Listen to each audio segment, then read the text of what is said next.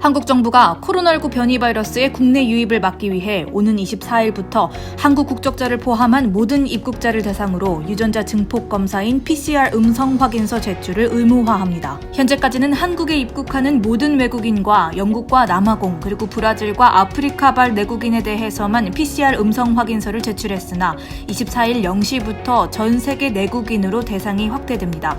이에 따라 한국 국적자도 해외에서 한국으로 입국할 때 거쳐야 하는 절차가 한층 깐깐해질 전망입니다. 중앙방역대책본부의 발표에 따르면 PCR 음성 확인서는 출발일 기준 72시간 내 발급된 것이어야 하며 여권 기재 내용과 동일한 성명, 생년월일 또는 여권 번호, 검사 일자와 검사명, 그리고 검사 결과와 발급 일자, 또 발급 기관의 직인 또는 서명을 필수로 기재해야 합니다.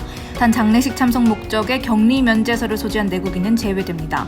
또한 한국 정부는 전체 입국자에게 PCR 음성 확인서를 받기로 한 것에 더해 모든 입국자를 대상으로 PCR 검사를 2회 추가 시행하는데 입국 전 PCR 음성 확인서를 발급받을 때 진단 검사를 받고 입국 직후 1일 이내에 1회 그리고 격리 해제 전 1회를 받아야 합니다. 즉 입국 전후로 진단 검사만 총 3회를 받게 되는 셈입니다.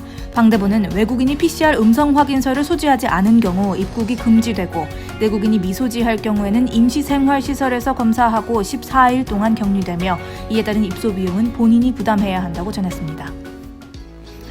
다음 소식입니다. 캐나다 긴급 대응 혜택인 CERB 신청 당시 소득 수준을 잘못 산정했다는 이유로 전액 상환 요청을 받았던 자영업자들을 위한 구제안이 마련됐습니다.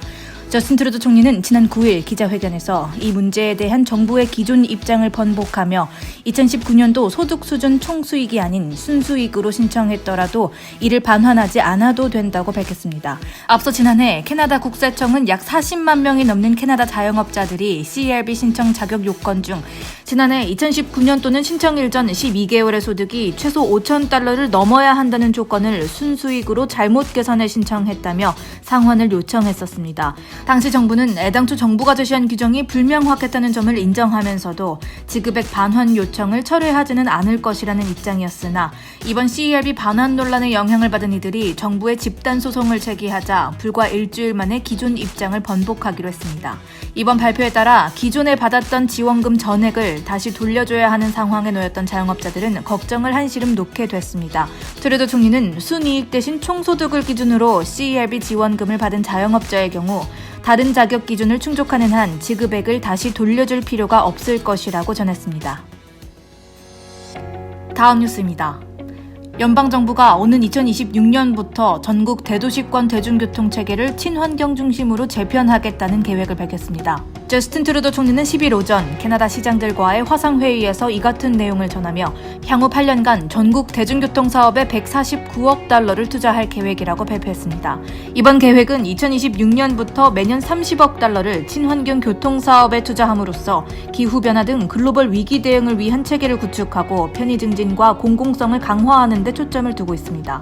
트루도 총리는 정부는 우리의 지역사회를 더욱 잘 연결시킬 수 있는 효율적이고 현대적인 대중교통 시스템이 필요하다며 이러한 투자가 경제에 도움이 되고 글로벌 위기로부터의 회복과 기후 목표를 달성하는 데 큰 도움을 줄 것이라고 말했습니다.